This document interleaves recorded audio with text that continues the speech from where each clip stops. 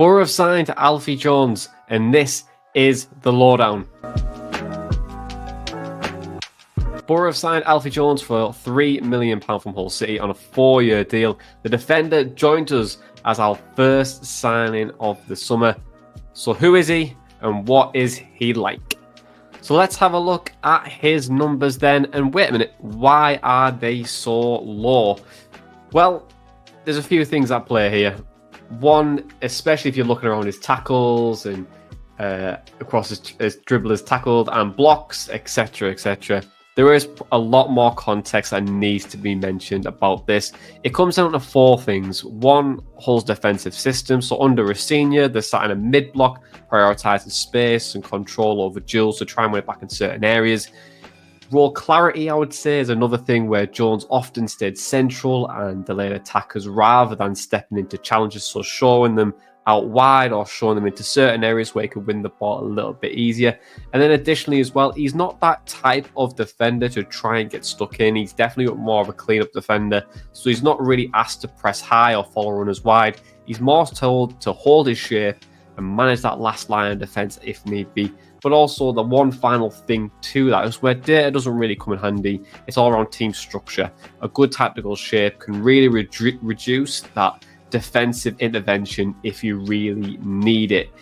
But on him as well, what do I actually think of Alfie Jones? Well, I think he reads the game really well. I think his interceptions are quite good. He has good clearances.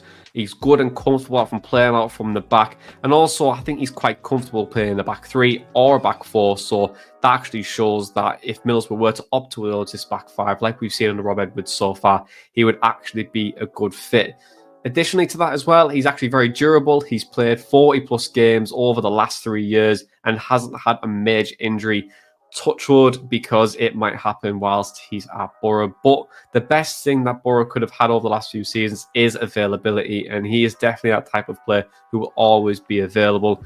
And then additionally as well, I think what Boro have needed over the last couple of seasons is a vocal leader, someone who hasn't been on the pitch just as much, given that Lenihan has been injured. But that vocal leader, he's definitely won the R-band occasionally for Hull City, and he's been widely praised across the Hull fan base for his leadership traits as well.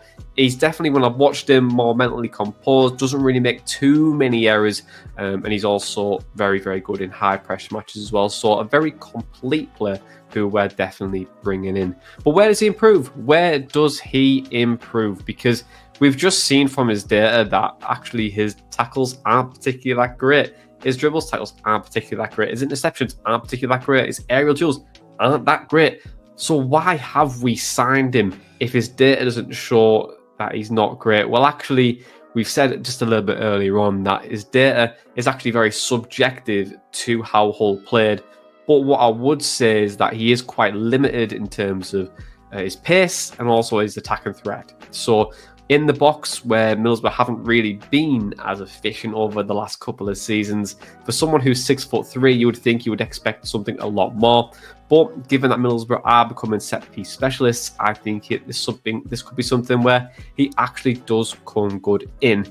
But additionally to that as well, I did mention pace. Now, if Middlesbrough continue with this very high line and a gegenpress, something who's trying to win the ball really high and use your attackers to do that, he might not be exposed. But if teams beat the press and get on, we would have a big problem, I would say, because his pace is definitely something to be desired. It's something that I really picked up on when I was watching some of the clips. And unfortunately, due to copyright law in this country right now, I can't actually showcase some of the clips to do that.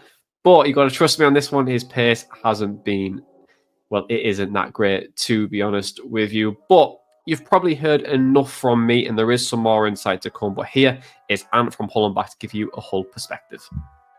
Hi guys, Ant from Holland Back Podcast here. Alfie Jones, he's a class character. That's on and off the pitch. Ball playing defender, very comfortable with the ball at his feet. He's not afraid to get stuck in. Barely ever gets injured, which is a good thing, obviously, when you're over a 46-game season plus all your other competitions. He's a reliable member of the squad in that sense. So when it comes down to that, you can always rely on him. He'll always be there. And like I said, in terms of being comfortable on the ball, he's quite comfortable bringing the ball out. He's quite comfortable passing. He's got a good passing range. He's nipped a couple of balls in behind the opposition's defence for us, for somebody to run onto and score. He does have that in his locker. He can actually play as a number 6 in midfield as well because he's that good on the ball. He always gets stuck in. He's not afraid to shy away from a tackle. In terms of negatives, he tends to struggle a little bit if there's a very physical striker.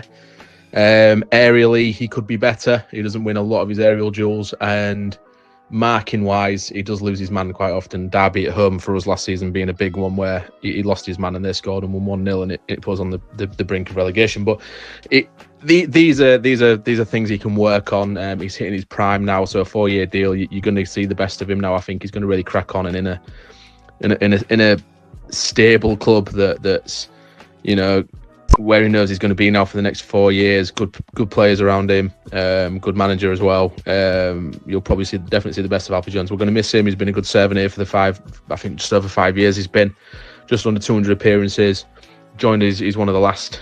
It was one of the last remaining players from the League One title winning season. So we wish him well. Obviously not in the 2 games against us, but you've got a cracking player there.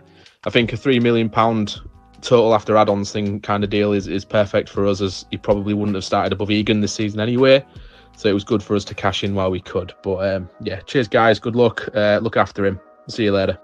Thank you very much. And now, not just Ant's opinion as well, we also have asked a number of Hull fans for their opinion on Alfie Jones, and we're kicking things off with Michael, and he says he's a top championship defender, been top class for many years for us, dipped a little bit of the first half of last year on Tim Walter's ridiculous playing style, but everyone suffered during that time. Good to see him go. He'll give everything and serve you well. And then also another Hull City fan would say that his strengths were good with the ball at his feet, excellent recovery pace, superb work rate, and solid defensively as well and positionally. And his weaknesses were around his aerial duels, which I alluded to just earlier on.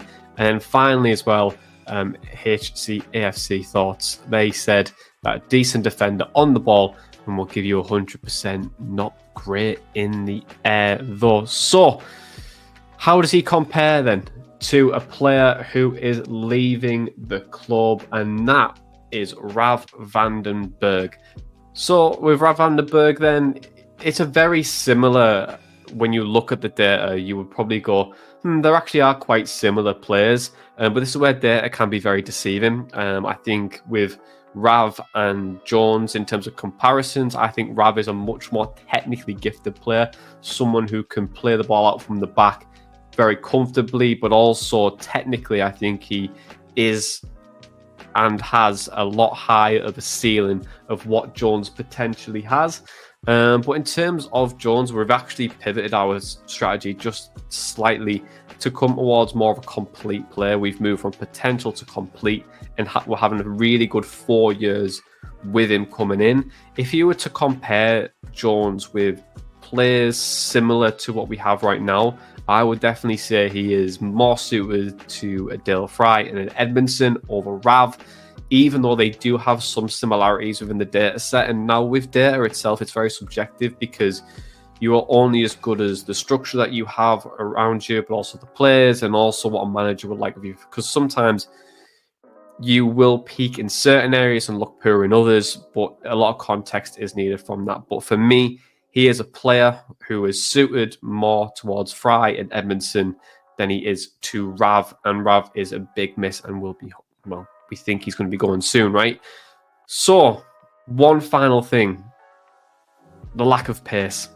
If he has a lack of pace, Edmondson's not the quickest, Fry isn't the quickest, and Lenihan isn't the quickest. Looking at Boro's defensive options right now, if you looked at the 4, you've got 4 players there who don't really have much pace. So for me, I would love Middlesbrough to go in the market again if it is available and try to get another centre-half who is more comfortable in playing out from the back. Because although Jones is comfortable on the ball and in his passing, I think Boro can still improve there, especially as they're starting to play more vertical style playing and getting the ball out and playing through the thirds a lot more quicker. But this leads me to the final part of the show. How would I rate this signing and what are my thoughts on the deal? thoughts on the deal wise, I still think it's a really good signing for Middlesbrough, someone who is more complete and is someone for now.